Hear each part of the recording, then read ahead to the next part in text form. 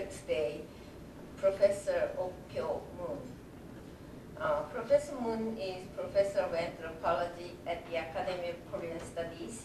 She taught at Harvard University as Edwin O. Reischauer, visiting scholar of anthropology and Japanese studies in 2000-2001, and has been a visiting professor at the National Museum of Ethnology, Osaka, Japan, in 2006 and 2007.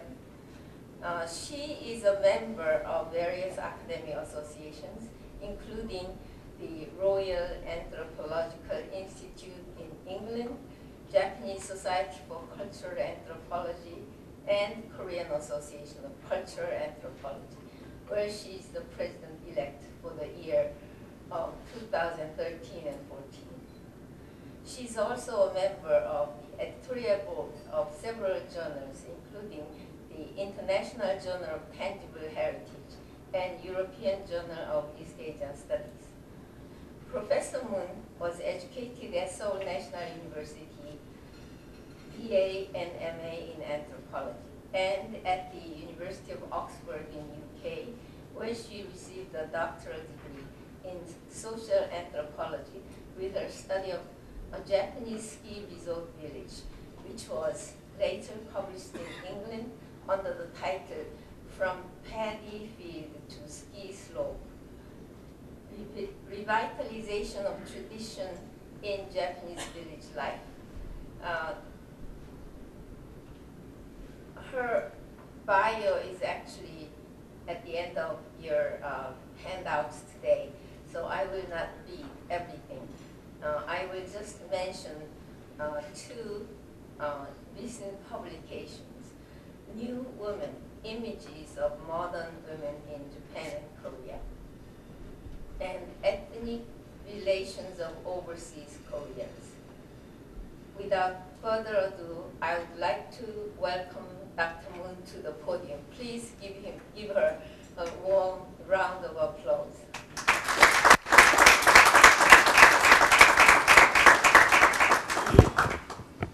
I hope you can all see me here.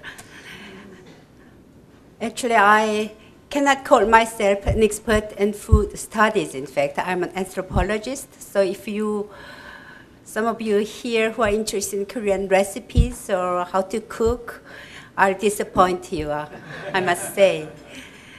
What I would like to say today is that the new interest in high cuisine in recent years in Korea, and what would be the cultural significance of that.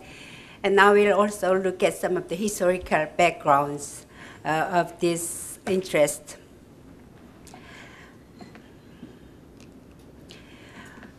Although so many people are interested in different fields, they are interested in food studies, in history, folklore, and nutrition studies. There are not many anthropological studies of that. And anthropologists are mainly interested in food as a medium of social interaction, as an expression of symbolic cultural meanings. And that is what I'm going to say is some parts of it. And as an indicator of lifestyle changes and consumption patterns. And also there is food as a political tool, such as in colonial context, some food are resisted or insisted upon to express their resistance or political ideologies or nationalism or an identity kind of things. And anthropologists are interested in explaining in how people use food as a medium of their political, social, and cultural ideologies and identities and meanings, and how they are communicated in different contexts. And more recently, that we have this concern for safety and environmentalism.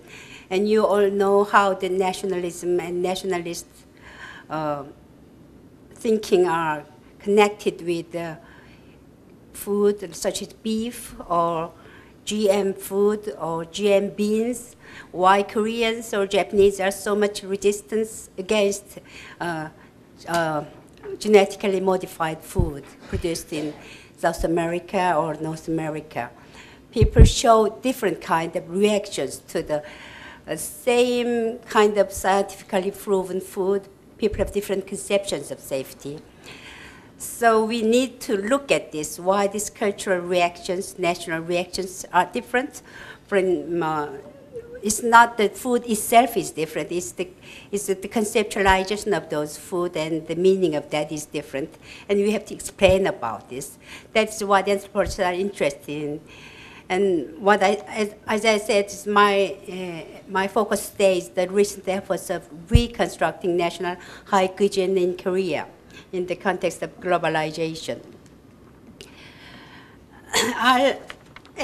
Before I go into this process of reconstructing Haute Cuisine, as a very brief introduction, Korea is hardly known to the outside world until the mid-19th century, while the West had been aware of China and Japan for hundreds of years already.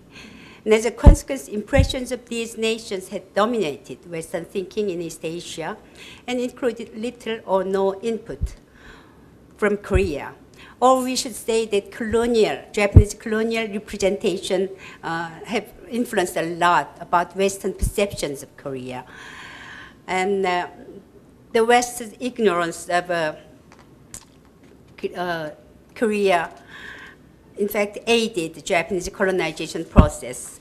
As you all know, probably, Imperial Japan posed a fundamental challenge to Korea's traditional identity by rewriting Korean history, defining Korean people as a second-class citizens of Japanese empire, and also teaching Korean children Japanese languages and depriving Korean language altogether.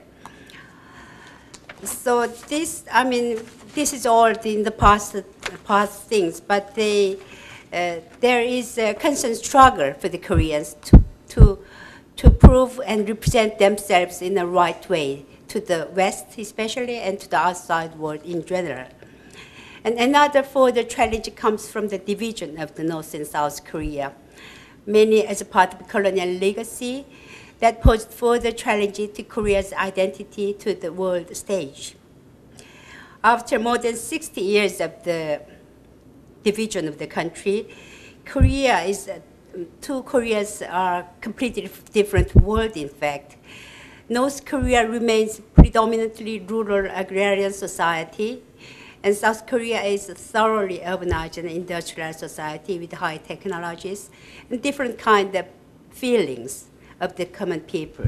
So even if you are united, there will be lots of problems to integrate all these different kind of sensitivities of the life world. So there's two different countries in this small peninsula, and that shows another challenges to the Korean identity. What is Korean or what is being Korean? And this constitutes major challenge for Korea's struggle to find a place on the world stage. And also especially the task of claiming its independent identity in the eyes of the outside world by distinguishing it from China and Japan. And also although there has been some efforts of Korean studies abroad, as you all know from United States, from other parts of the world, Korean studies is a very small beginning compared to Chinese studies or Japanese studies. So there's still also this struggle. What is a distinct, uniquely Korean identity? And I'll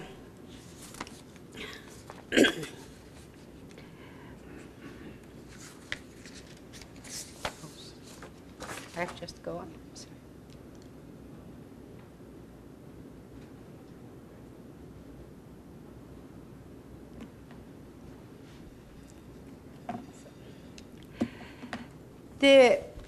Although this scholarly interest apart, the popular imagery in the outside world is that sporadic accounts of the 19th century travelers and missionaries who mostly popped off to the peninsula from their bases in Japan or China, or also the memoirs from the war veterans who fought in Korean War.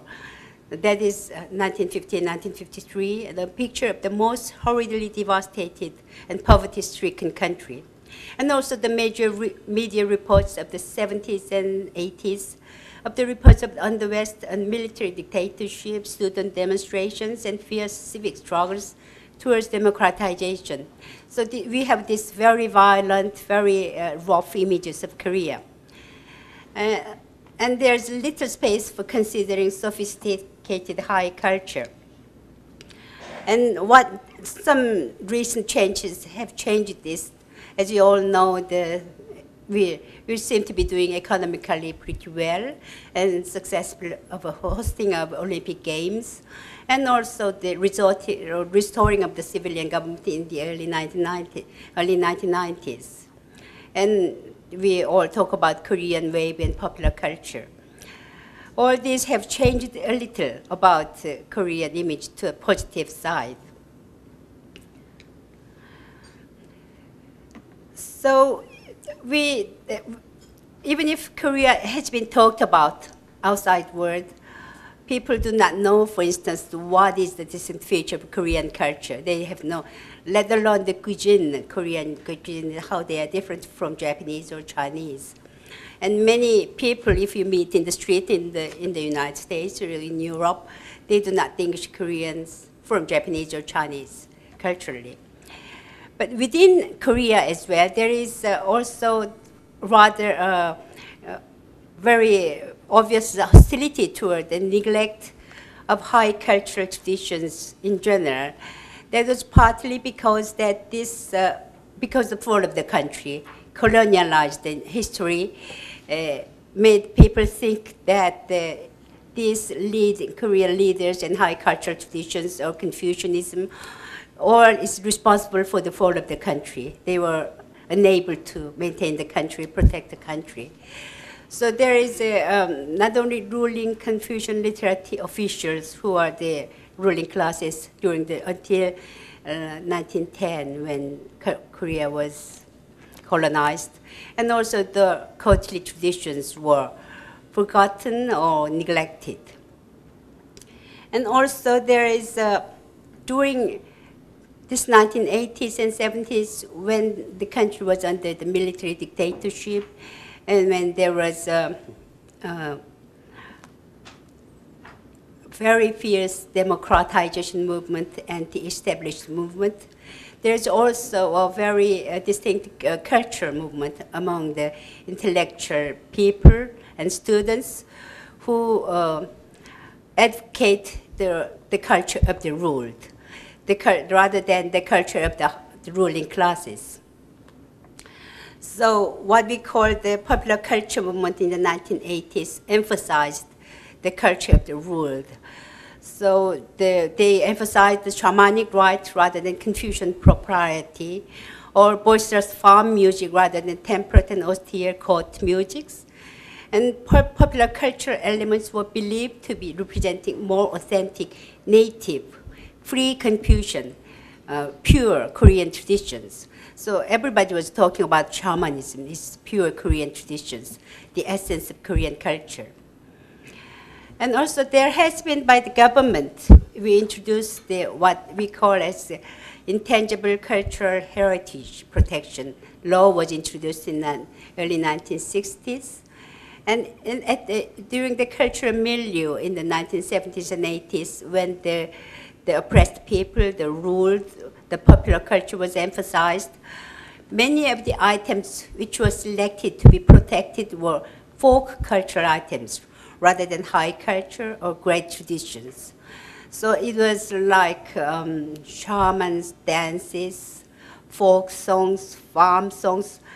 About 80% of all the items that has been selected as the items to be protected as intangible heritage in this country were the folk cultural items rather than high cultural items.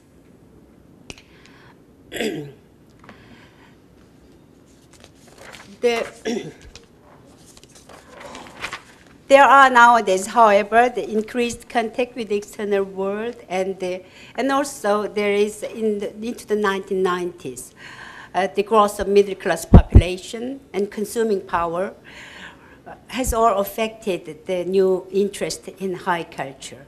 And also there is an interest in recovering cultural pride that was damaged by colonial encroachment. That came to be an abrupt end by the colonial power. And also growing consciousness for national cultural identity coupled with anxiety for vanishing traditions was a new trend in the 1990s and 2000s. And another factor we may say is the spread of alternative tourism, emphasizing experience, education, memory, and history. All these are combined with rediscovery of the tradition and heritage and history. And this is combined with the interest, the efforts to rediscover high cuisine that I'm going to talk about today. But it's not singular effort. It's combined with other kind of movements, such as reconstruction of royal costumes, reconstruction of courtly rice. So you can see that there's lots of courtly rice, even at the Incheon airport. I don't know whether you like it or not, but it's a bit too crowded to do that. But there is this reconstruction of Joseon dynasty courtly parade to show the Korean tradition. Korean tradition is no longer by shamanic rite alone. If you go to, many of you have gone to Korea Foundation yearly meetings also, there's always shamans are invited as a cultural representative of Koreanness. The real Korean is represented by this performance of shaman. Nowadays, it's more by the cultural rite, more sophisticated high rite. Sorry. So this, if you go to the Andong area, for instance, there is an effort to commoditize Yangban culture, Confucian culture, to sell people, to attract people to come and stay and experience what Yangban's life was like 300 years ago. That was toward the domestic tourists, but also to the international tourists as well. So these are maybe the background of why people are coming to interest in high culture, high traditions. And Korean cuisine is in fact a very elaborate, highly stratified kind of things, because Joseon society itself was really highly stratified society. There was elaborate court cuisine, and there is various institutions at the court that deals with this court. You may remember there is a famous Korean TV drama, Jewel in the Palace, that shows a lot of this and contributed toward popularizing this court cuisine. And also there is a cuisine of the aristocrats. And there were numerous cookbooks were written during the Joseon period.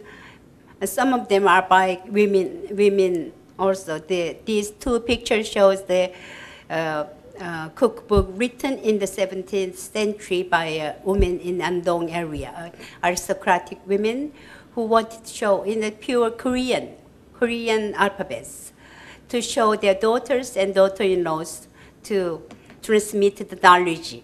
There are about 150 different kinds of recipes, how to make rice cake, how to make noodles, and all different kinds of seasonal food that is handed down within the household.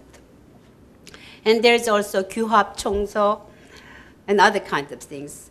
And this is only very crude kind of divisions. There's royal cuisine, aristocratic cuisine, and also the peasant and commoners' ordinary daily meals. And there is also, as there's Professor Yi who is specializing in this area, there's abundant documentations, including the minor recordings and drawings of cultural ritual. What may be called, following Professor Yi, I would say, book of state rituals, state rites. And this picture shows Gongsudang Chinchando, which was drawn in 18th century. That's celebration of King Jeongjo's mother, Lady Hong's 60th birthday. So how the food, and there is also with these drawings, there's all the details of the procedures of the rituals. So this stratification and these rules means that high cuisine is representing high culture. Food is beyond nutrition, recipes, or cooking methods. It shows manners, etiquette, and aesthetics, and also rules for propriety. There is rules with what kind of food you can eat, in what style, in what form they can present on the table, culturally right way to prepare, serve, eat, share, and distribute food. And also there is distribution and exchange of food is another rules. These, when I say these have cultural meanings and symbolically very important, these two pictures shows this. The picture above shows the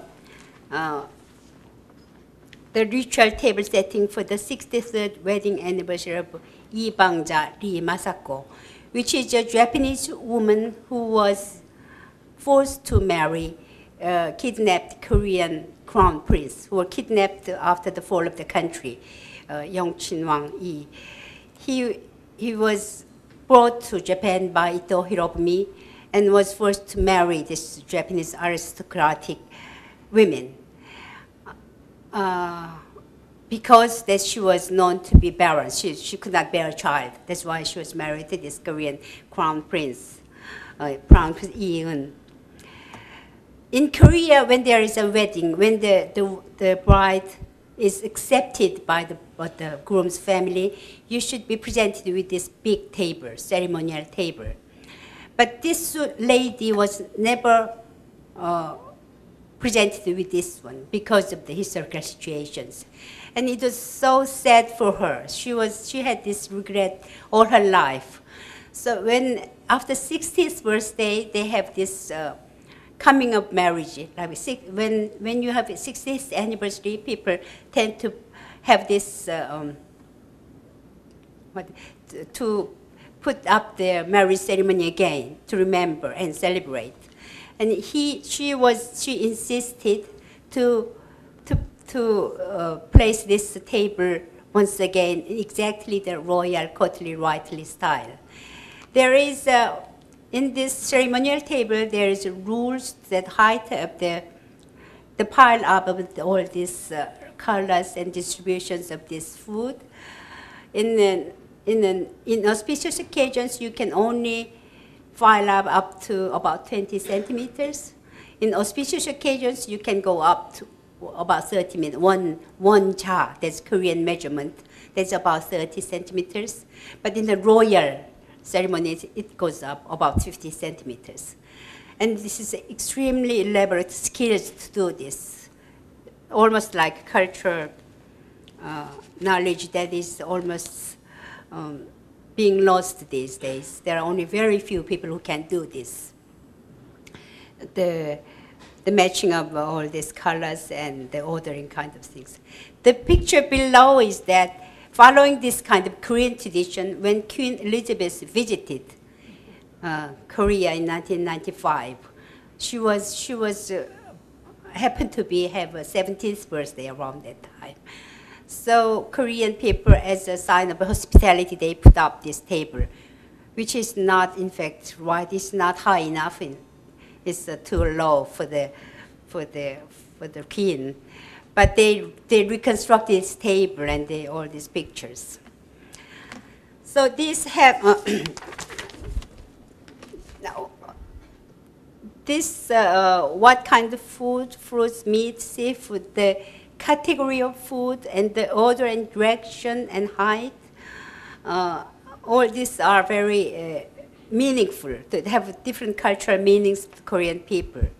And these are the pictures, and above is that when the ordinary houses, or I should say, relatively well-off houses, when the bride is coming, they were presented this high table. And the picture below is that when people have ancestor ceremony, this table was presented. By different rules, how to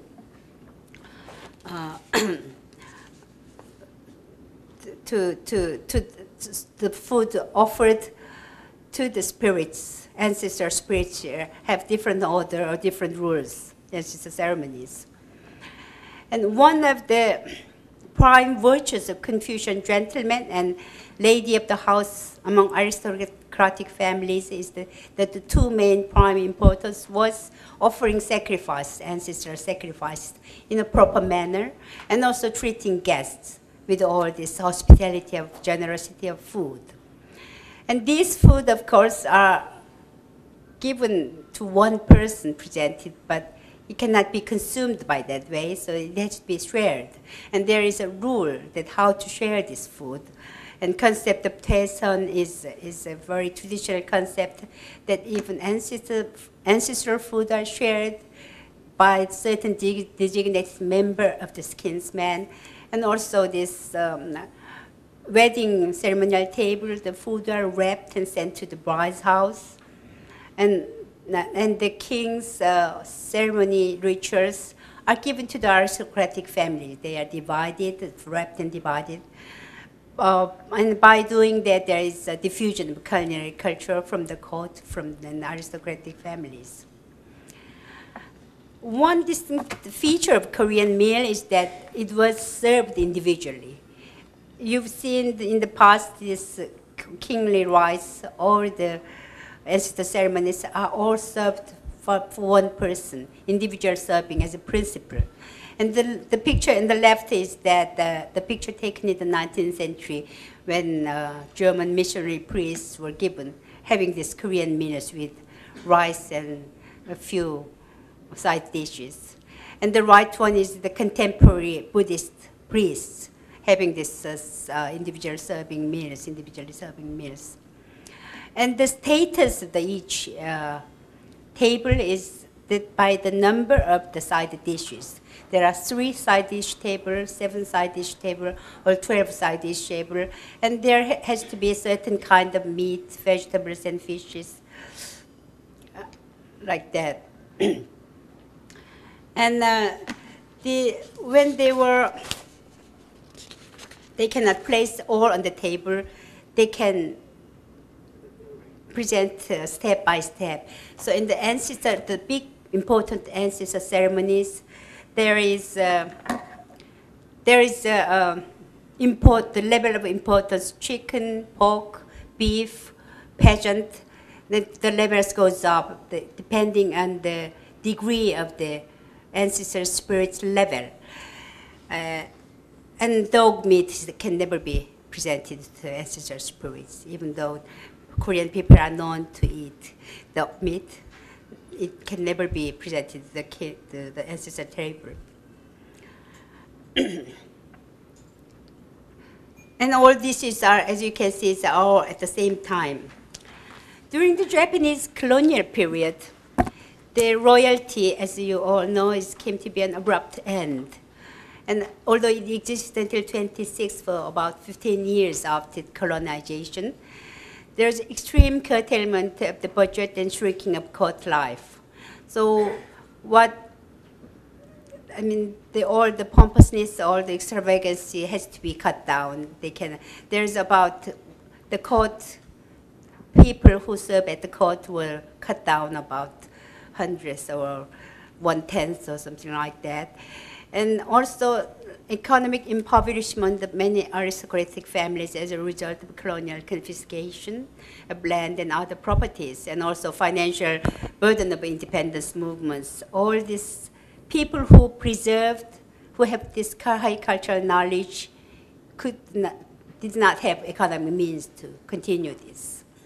So this means that abrupt discontinuation of high cultural traditions, including culinary culture, transmitted as family heritage. But at the same time, what happened during the colonial period is the introduction of foreign foods. There is Chinese food, Japanese food, and Western food were introduced, and like and the facilities, whose restaurants and hotels, this new modern institutions were introduced. And it was only during this period, 1920s and 1930s, when the first national cuisine restaurants first appeared in Korea. This place, the royal chefs drifted into newly emerging entertainment quarters, mostly for Japanese colonialists, such as Japanese-style ryote, which was a kind of a restaurant that is served with the female entertainers, what is known as giseng. Has very bad reputation later on. And because of this, the degeneration of high cuisine, nothing is researched, preserved, but something that is remembered by this displaced royal chefs were served in these Japanese-style restaurants.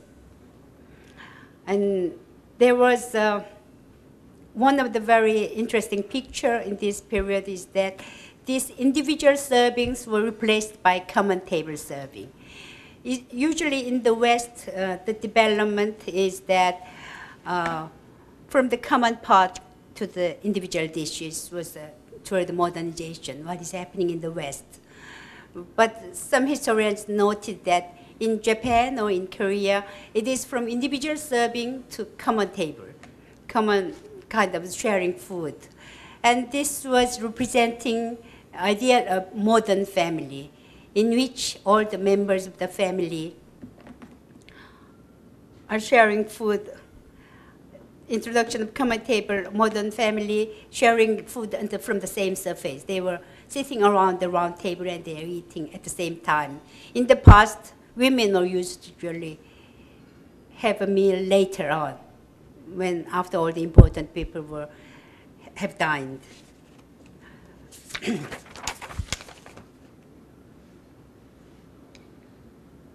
And this is some of the new examples of, if you can find this mostly in the restaurants these days.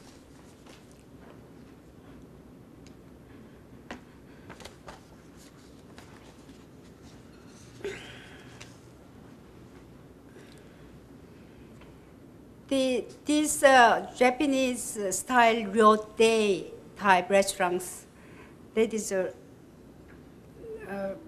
came to be a very, Japanese, those entertainment quarters and anything to do with this male tourist businessmen or the giseng tourism, all this came under very severe criticism during the 70s and 80s.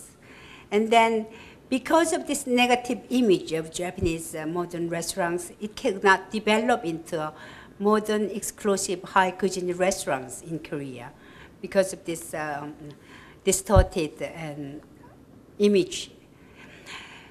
And then into the 1980s, there was a new type of Korean 한정식 table d'hôte restaurants began to appear. Some of the earliest ones were you can find in Yongsusan, probably.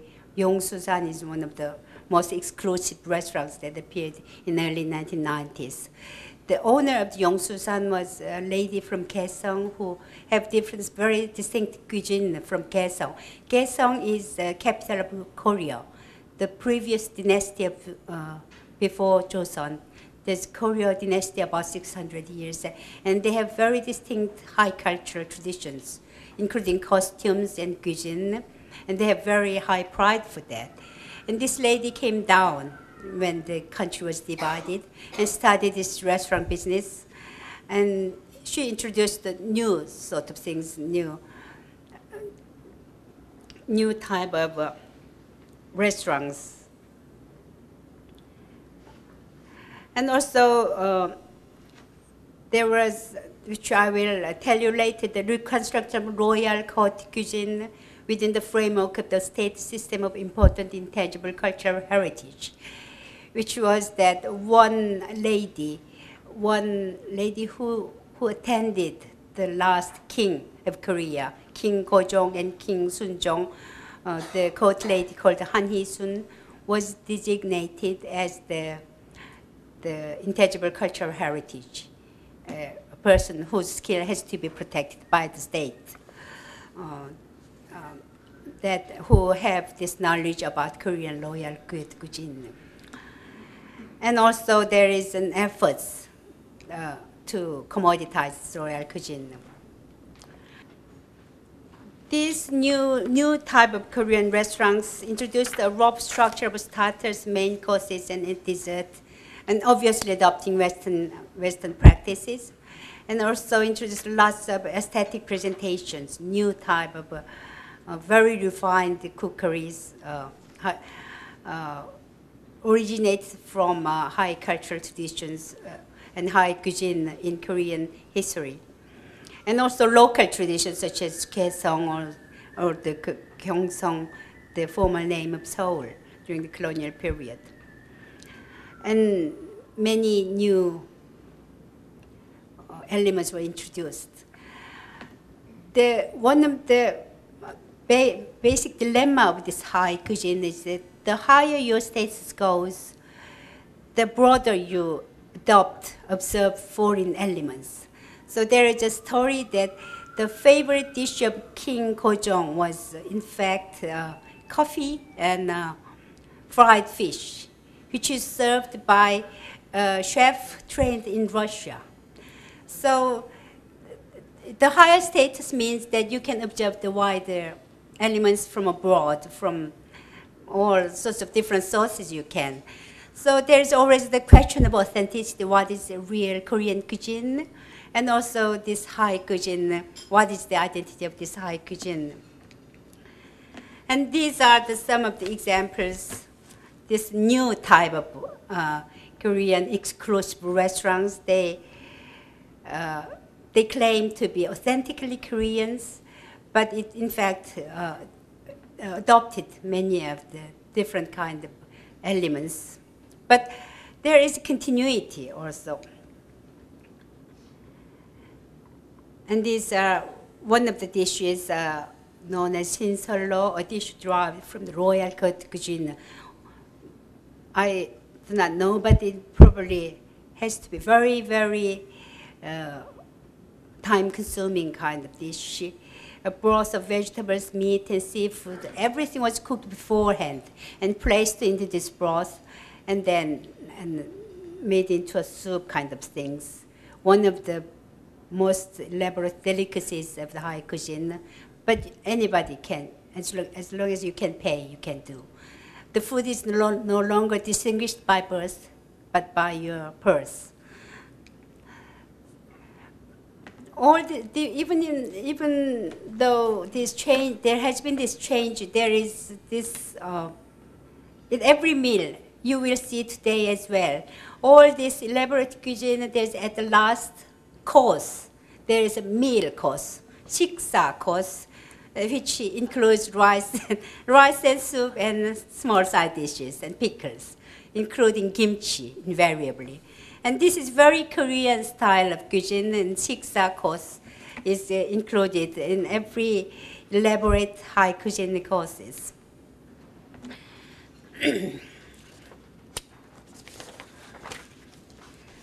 So this new reconstructed high cuisine have these elements: desire for refinement, elegance, and exclusivity, and also globalized setting. So you have to show Koreanness, Korean culinary Koreanness, or the dishes. It has to be shown in certain ways, by the ingredients, by foodstuffs you use, by the cooking methods, in certain ways. No matter in what style it is served. You could see that this is completely westernized. Table with wine glasses and all foreign guests. This is the settings that this high cuisine are served. And also there is a concept that hygiene was new things. So nowadays it's no longer food are shared from the same plate. People try to avoid this because there is some dislike of this. And also new discourses of health and well-being consciousness. So there is lots of research going on to emphasize the superiority of Korean food style, eating style, the combination of food, and also environmental concerns and local food movements, which is common in every civilized and advanced countries. And you could also notice that by adopting all these different kind of discourses and new kind of scientific knowledges, and all these efforts, there is very distinct emphasis upon things Korean. Things Korean is superior. Korean beans, Korean beef, they're very expensive as well. So there, you could see this around the 1990s already. As you have to eat things Korean, things produced by Korean soil. There's the specific kind of philosophy known as Shinto belief is that land and body is the same kind of thing. Some people say it's a kind of a strategic responses to the Uruguay round or FTA or all these free trade movements. But it is, as a discourse level, it's very, very closely linked to the food practice, the culinary practices.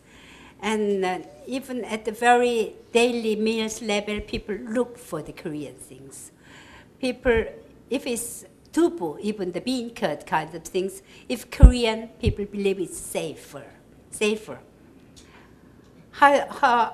How much it is substantiated by scientific knowledge, we do not know. But this is a common belief and myth. People have this. And it's very important on consumption level and economics as well. And also there has been in the 1990s, because of this new elaborate high cuisine was spreading, there's also new innovations, and you have to be distinctly exclusive. So there has been effort to reconstruct royal court cuisine by the people who had some connection with these intangible cultural systems. And it says here, royal court cuisine we offer is a crystallization of stream dietary culture of our country that combines best ingredients, excellent art of cooking, and utmost sincerity.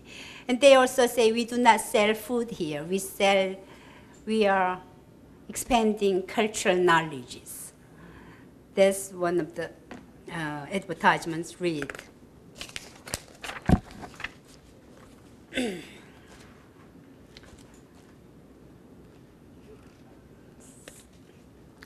So there has been a constant politics of authenticity, how to claim the authenticity of the realness of the food they serve and the superiority of their food. And these intangible cultural systems and the state institution provides a very important resources for claiming this authenticity things. But this,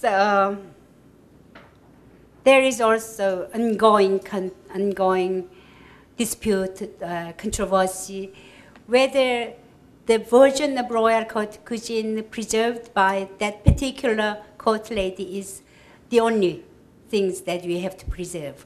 In fact, the whole intangible cultural heritage system, one of the dilemmas is that although it contributed a lot in preventing many immaterial cultural heritage from vanishing altogether, all these crafts, arts, and oral traditions, all this, it has defined, formulated, and standardized this particular craft, and by doing that, provided a hegemonic privilege to certain practitioners, and also consequently discriminating against all the others.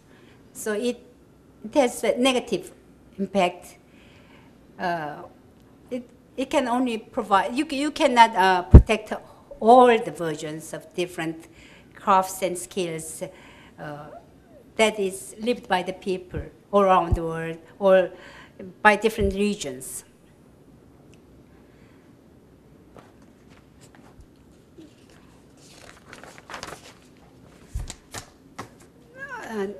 But this particular people who have this monopolized in a way royal Haute Cuisine as a brand, as their own exclusive brand, they have extreme difficulty maintaining their distinctiveness because all the ingredients are available to everybody as long as they have money and economic means.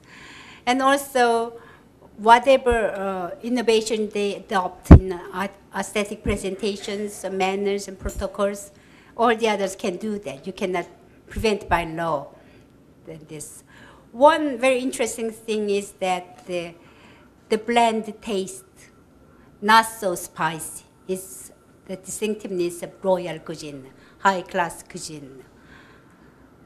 Many people don't like that, in fact, but it has this authentic value. Because in the past we do not have any kind of artificial flavoring. Like there's lots of restaurants opened by North Korean people. And one of the way they claim their authenticity is that blandness, because they do not have this industrialized food flavoring developed in the South, capitalized, industrialized world. But in the North, they have this natural taste, which is very bland, not spicy. The same kind of strategies are adopted by these royal cuisine restaurants.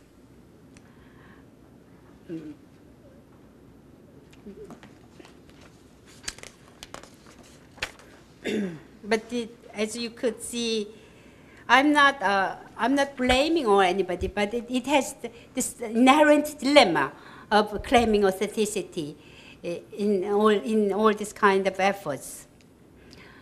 And this particular family, in fact, owns the whole tradition.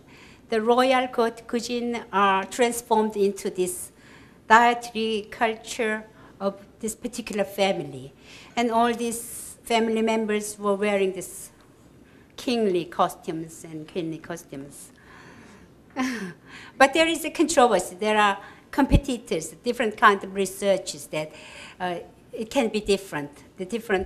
Because we have this 500 years of culinary history, and there's different elements were adopted from different parts of the world.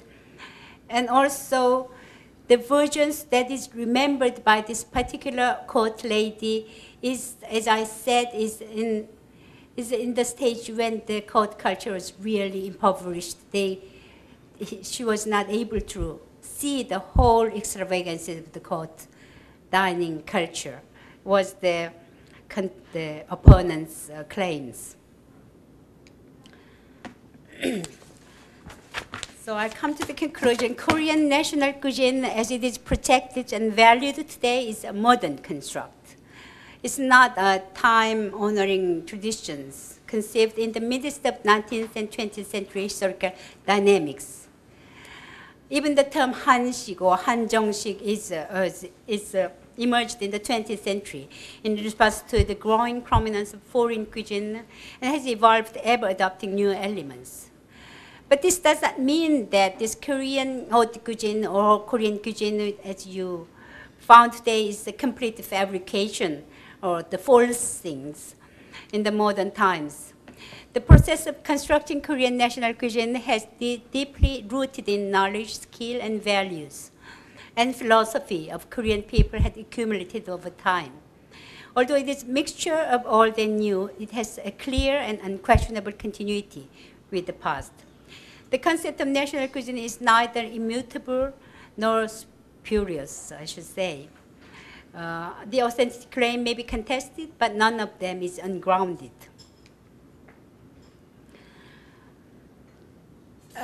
We have this, this is not the culinary nation making, I may say the words. It's not uniquely Korean things. You can find anywhere. There is a tendency, in modern tendency, to give food or food stuff nationality. This is French, Vietnamese, Mexican, and this is all modern developments, in fact. And because food are so much, so powerful, linked to the historical memories and people's experiences, it can bridge and very effective means of nation making, I should say. Thank you very much.